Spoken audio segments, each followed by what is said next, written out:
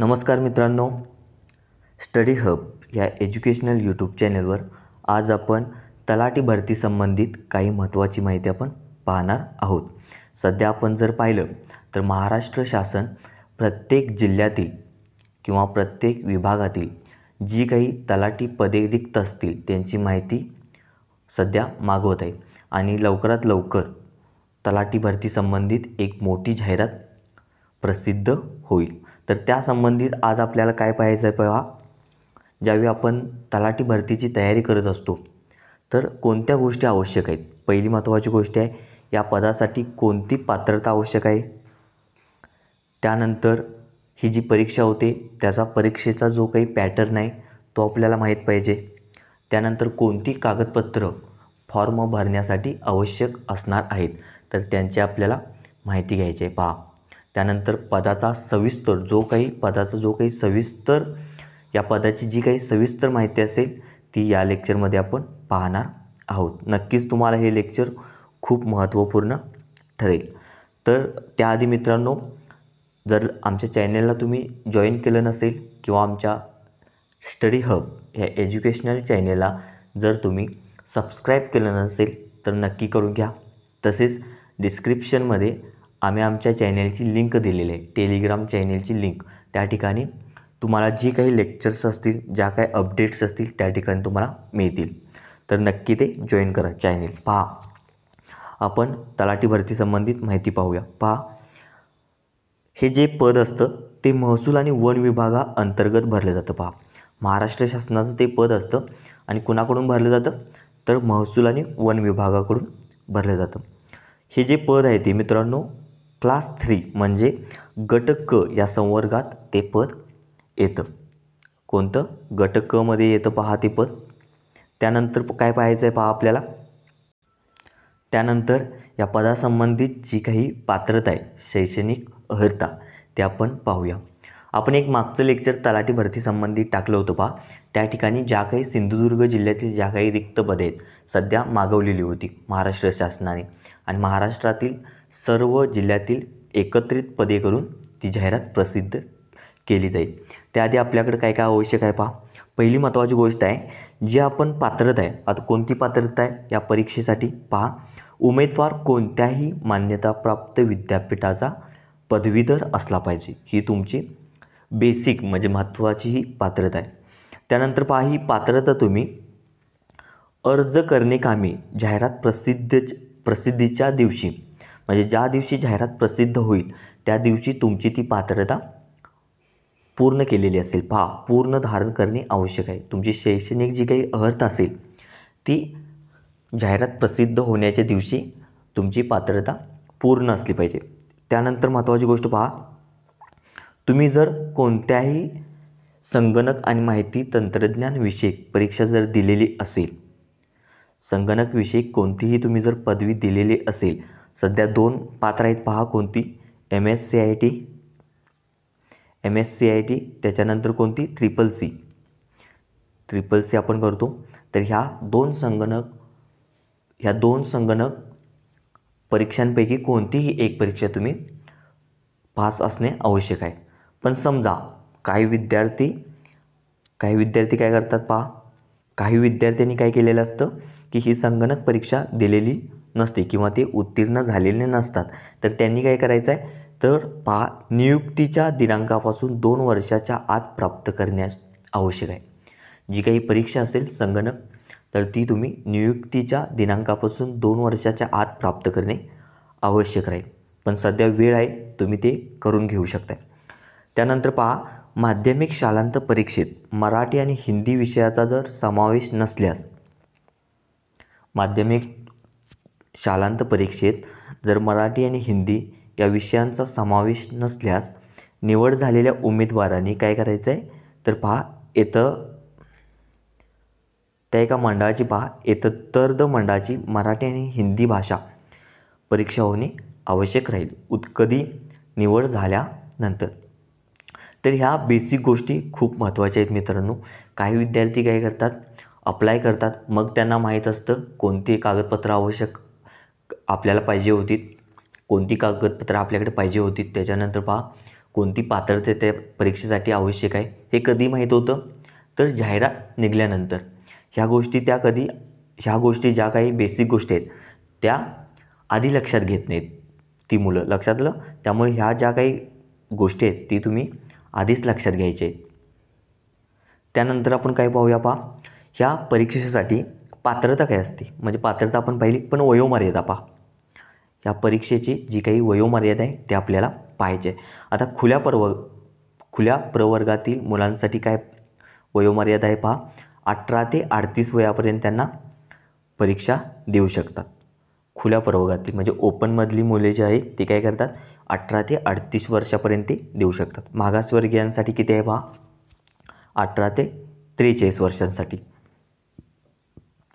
त्यानंतर पदवीधारक अंशकालीन उमेदवारांसाठी किती आहे कमाल वयोमर्यादा आहे 55. त्याच्यानंतर स्वातंत्र्य सैनिकांच्यासाठी आपण पाहूया, जे काही एक्स सर्व्हिसमॅन असतील त्यांच्यासाठी 45 वर्ष आहे. खेळाडू उमेदवारांसाठी 43 आहे आणि अपंग उमेदवारांसाठी 45 आहे. त्यानंतर प्रकल्पग्रस्त भूकंपग्रस्त उमेदवारांसाठी किती आहे 45 वर्ष. आणि माजी सैनिकांसाठी आपण पाहिलं आहे किती आहे, 45 वर्ष. लक्षात आलं. आता खूप महत्त्वाची गोष्ट, आता आपण काय करणार आहोत, परीक्षेचं स्वरूप. आपण पात्रता पाहिली, वयोमर्यादा पाहिली. आता आपल्याला काय करायचं आहे, तर त्या परीक्षेचा जो काही सिलेबस असेल, परीक्षेचा जो काही पॅटर्न असेल तो आपल्याला पाहायचा आहे. आता या ठिकाणी पहा मित्रांनो, आपल्याला 4 सब्जेक्ट आहेत. कोणकोणते, मराठी, इंग्रजी, सामान्य ज्ञान ज्याला की आपण GK म्हणतो, त्याच्यानंतर बौद्धिक चाचणी म्हणजेच तुमचं अंकगणित आणि रिझनिंग त्यामध्ये येतं. तर हे 4 सेक्शन असतील. प्रत्येक सेक्शनचे तुम्हाला प्रश्न किती असतील, 25.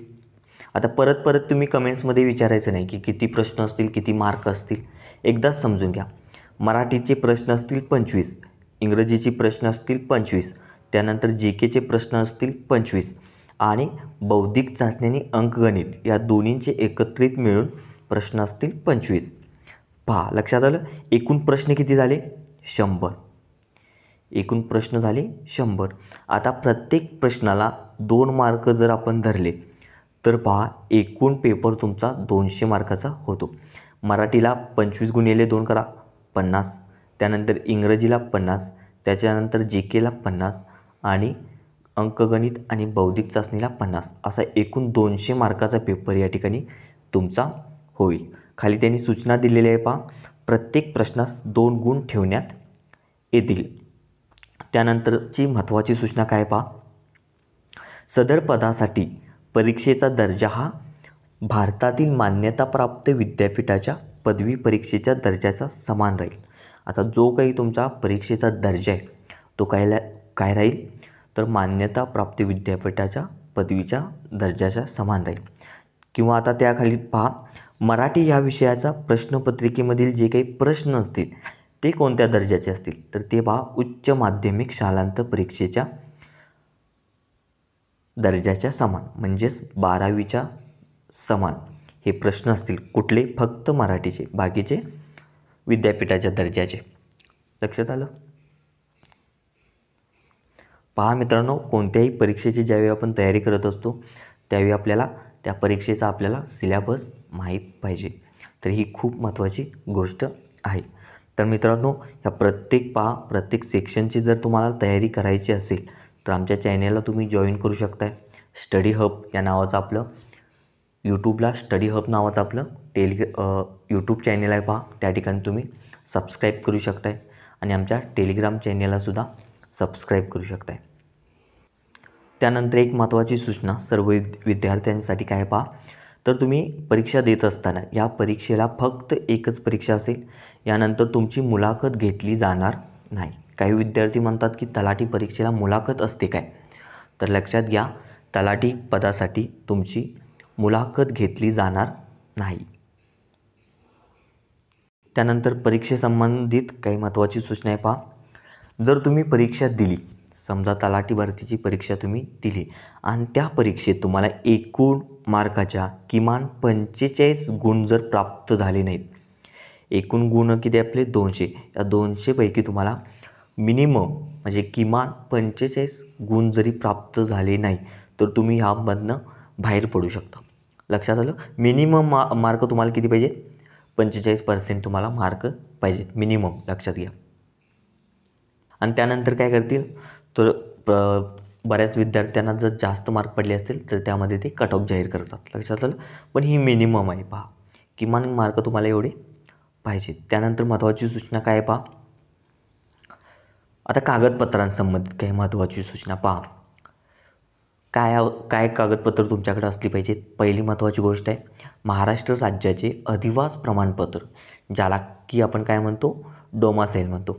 डोमासाईल सर्टिफिकेट तुमच्याकडं आवश्यक असणं आहे. पहा, कधी आवश्यक असणं आहे? तुम्ही ज्या दिवशी जाहिरात प्रसिद्ध होईल त्या अगोदर तुमच्याकडं डोमासाईल सर्टिफिकेट आवश्यक आहे. त्यानंतर समजा तुमच्याकडे डोमासाईल जर नसेल तर काय आवश्यक आहे तर जन्म दाखला, बर्थ सर्टिफिकेट सादर करणे आवश्यक आहे. समजा तुमच्याकडे बर्थ सर्टिफिकेटसुद्धा तुम्हाला मिळत नाही तर त्यावेळी तुम्हाला काय करायचं आहे तर विद्यार्थ्याने आपल्या शाळा सोडल्याचा दाखला सादर करायचा आहे. पण त्यात तुमची बर्थ डेट असली पाहिजे. लक्षात आलं. तर लक्षात घ्या खाली काय तर ह्या उपरोक्त बाबी, ह्या ज्या बाबी तुम्हाला दिलेल्या आहेत त्या पहा फक्त महाराष्ट्र राज्यात जन्म झालेल्या विद्यार्थ्यांसाठी लागू राहतील. वरील ज्या काही सूट दिलेली आहे तुम्हाला, जर डोमासाईल नसेल तर जन्म दाखला पाहिजे, जन्म दाखला नसेल तर शाळा सोडल्याचा दाखला पाहिजे. तर ह्या ज्या काही सूट दिलेल्या आहेत, ह्या काही ज्या बाबी दिलेल्या आहेत त्या कोणासाठी आहेत पहा तर जे विद्यार्थी महाराष्ट्र राज्यात ज्या विद्यार्थ्यांचा जन्म झालेला आहे तर त्यांच्यासाठी या महत्त्वाच्या बाबी आहेत. लक्षात घ्या. आता पहा, बऱ्याच विद्यार्थ्यांसाठी जे काही आपलं कास्ट सर्टिफिकेट असतं त्यामध्ये बरेच विद्यार्थी विचारतात की व्हॅलिडिटी सर्टिफिकेट आवश्यक आहे काय, तर ते सादर करणं आवश्यक आहे काय. आता हे समजून घेऊया आपण. पहा, जर तुम्ही एखाद्या कॅटेगरीमधून एखाद्या कास्टमधून जर तुम्ही फॉर्म भरत असाल तर तुमच्याकडं ते प्रमाणपत्र आवश्यक असणं महत्त्वाचं आहे. सक्षम अधिकाऱ्याचे दिलेले जात प्रमाणपत्र तुमच्याकडं असणं आवश्यक आहे. लक्षात घ्या. आता त्यानंतर पहा, उपलब्ध असल्यास, जर तुमच्याकडं उपलब्ध असल्यास तुम्ही व्हॅलिडिटी सर्टिफिकेट म्हणजे जात वैधता प्रमाणपत्र देऊ शकताय. उपलब्ध असल्यास असं विचारले. जर तुमच्याकडं उपलब्ध नसेल तर चालेल, तुम्ही अप्लाय करू शकताय. आता त्यानंतरची प्रोसेस तुम्हाला सांगतो मी काय आहे ती. पहा, आता या ठिकाणी फक्त फॉर्म भरताना तुम्हाला काय आवश्यक आहे तर कास्ट सर्टिफिकेट तुमच्याकडनं असणं आवश्यक आहे. त्यानंतर पहा, जर जात वैधता प्रमाणपत्र उपलब्ध नसल्यास काय करायचं आहे. पहा, जात वैधता प्रमाणपत्र उपलब्ध नसल्यास तुम्हाला काय करायचं आहे तर नियुक्ती आदेश निर्गमित झाल्याच्या दिनांकापासून 6 महिन्याच्या आत जात वैधता प्रमाणपत्र सादर करणे अनिवार्य आहे. म्हणजेच काय मित्रांनो, जर तुमची नियुक्ती झाली तर त्यानंतर तुम्ही 6 महिन्यात जात वैधता प्रमाणपत्र काढलं तरी चालेल, पण कास्ट सर्टिफिकेट तुमच्याकडं असणं आवश्यक आहे. तर ह्या 2 महत्त्वाच्या बाबी लक्षात घ्या, कास्ट सर्टिफिकेट आणि व्हॅलिडिटी सर्टिफिकेट. त्यानंतर पहा,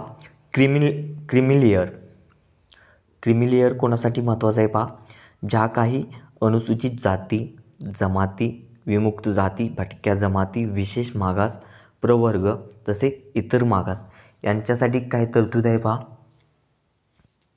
तर यांच्यापैकी जे काही उन्नत आणि प्रगत गट असतील तर यांच्यापैकी पहा क्रिमिलेअर म्हणजे ज्याला काय म्हणतात उन्नत आणि प्रगत गट, तर यांना लागू आहे. वरील मी जाती सांगितलेल्या आहेत पहा, अनुसूचित जाती, जमाती, विमुक्त जाती, भटक्या जमाती, विशेष मागास, इतर मागास या जातींसाठी काय आवश्यक आहे तर क्रिमिलेअर आवश्यक आहे. या खालीसुद्धा जाती दिलेल्या आहेत पहा, विजा अ, भज ब, भज अ, भज ड. ज्या काही जाती आहेत त्यांना काय लागू आहे क्रिमिलेअर लागू आहे. त्याने क्रिमिलेअर सर्टिफिकेटसुद्धा काढायचं आहे.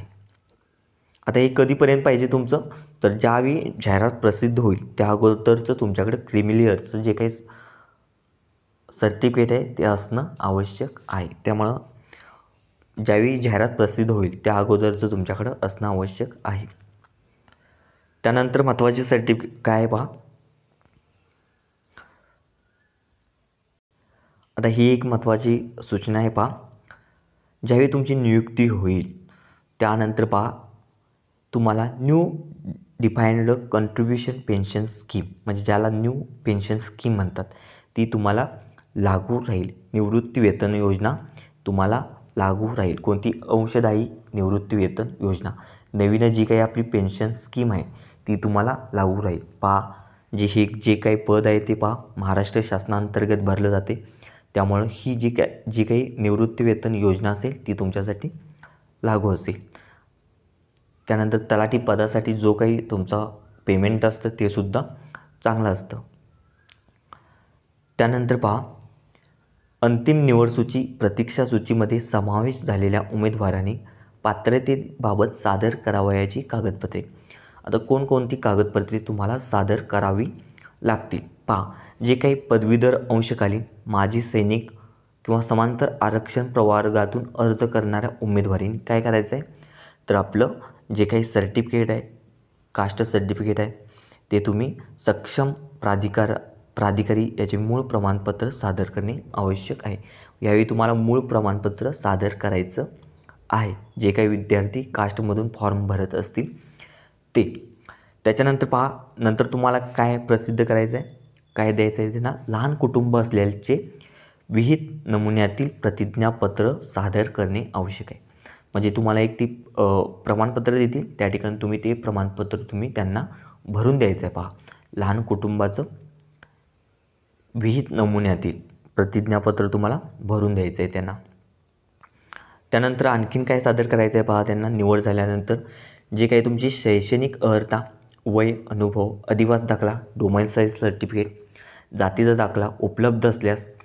त्यानंतर पहा जात वैधता प्रमाणपत्र. जातीचा दाखला तुमच्याकडे असणं आवश्यक आहे. उपलब्ध असल्यास जात वैधता प्रमाणपत्र. त्याच्यानंतर पहा नॉन क्रिमिलियर प्रमाणपत्र. EWS उमेदवारांनी काय करायचं आहे तर त्यांना आरक्षणाचा लाभ घेण्यासाठी पात्रता प्रमाणपत्र जी काही असतील तर त्यांच्या काय करायच्या आहेत आपल्याला साक्षांकित प्रती सादर करणे आवश्यक आहे. म्हणजे ज्या काही प्रती असतील, जे काही प्रमाणपत्र असतील त्यांच्या ट्रू कॉपी आपल्याकडे असणं आवश्यक आहे नियुक्तीनंतर. त्या कशा पाहिजेत? साक्षांकित प्रती पाहिजेत. पहा मूळ प्रतीच्या साक्षांकित प्रती आणि त्याच्यासोबतच मूळ प्रतीसुद्धा तुमच्याकडे असणं आवश्यक आहे. तर ह्या बेसिक गोष्टी होत्या मित्रांनो तलाठी भरतीसाठी. ह्या गोष्टी तुमच्या लक्षात राहणं खूप महत्त्वाचं होतं. त्यासाठी आपण लेक्चर बनवलेलं आहे. पहा लवकरात लवकर तलाठी भरती 2022 लवकरात लवकर निघणार आहे. तर लवकर तयारी सुरू करा. या परीक्षेची परीक्षा पद्धती आपण सुद्धा सांगितलेली आहे. आणि जर लेक्चर आवडलं तर नक्की आपल्या यूट्यूब चॅनलला सबस्क्राईब करा आणि शेअर करा. थँक्यू मित्रांनो.